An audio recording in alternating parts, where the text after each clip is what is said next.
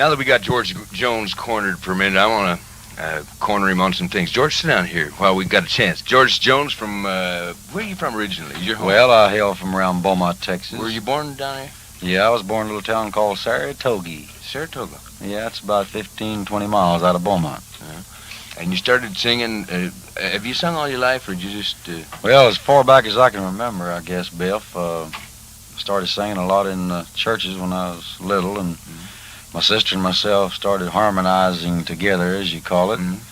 And we sung together all the time around the house and in church till I got up around, I'll say 10 or 11 years old. My dad bought me my first guitar. So... started something.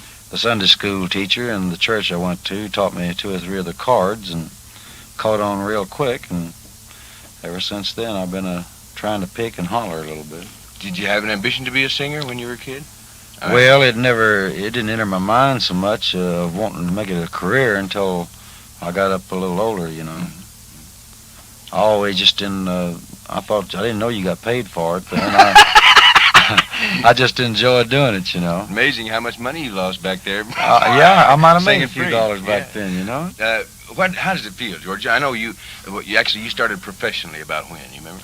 Well, I had my first recording out around February of '54, I believe it was.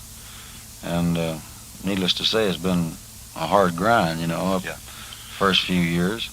Well, it generally is, and it's an interesting thing. So many people will say, they'll hear a new artist with a big record, and they'll say, gee whiz, actually, a guy's not new, but you perhaps have been recording 4 or 5 years and finally get a big record.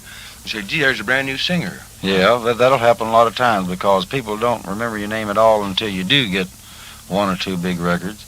And you can record it all your life and just have moderate tunes out and never do anything big, and they still won't know who you are. What's your preference? What kind of songs do you prefer to sing, George? Well, I guess just good old country ballads is my favorite. Ballads. Heart songs, slobbing tearjerkers, I call them.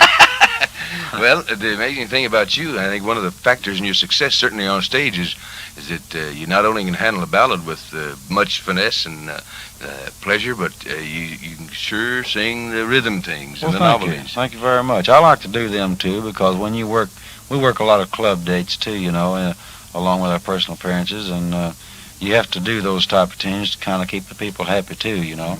I like to do them because it gives you a lot of extra energy that you've had hidden, you know.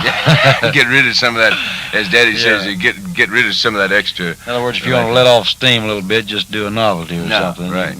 But I guess you, since you and your sister sang together as kids, I guess doing duets with girls comes naturally. You've sure been successful with that lately. Yeah, I'll tell you, I love to hear harmony, but I think it's prettier with a man and a woman singing together than it is with even a whole group to me, you know. It's just maybe a 2 or 3 part harmony is real pretty. And I think a woman that sings should take the lead, and the man sing harmony with her is even prettier. Are you a businessman, George? Do you plan ever to get in business, or do you have any kind of side businesses? Well, I have a little restaurant I've had for about a year in Viderville, I call it. Viderville. Where I live, and of course my wife, she runs the place, and I'm very thankful to say it's doing fairly well. We hope to build a place of our own a little later in a better locality, you know, like on the freeways where you can get a little more business than where we're at. But I don't know. I don't have too much of a business head on me. I didn't go very far in school.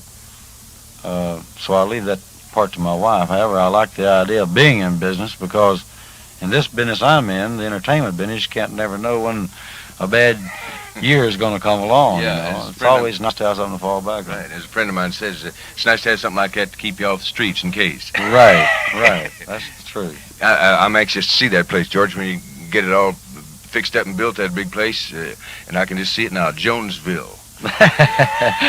We call it Chuck Wagon. Chuck Wagon. Yeah. Great. George, thank you. Good luck. Thank you very much, Biff. It's nice visiting with you. See you later.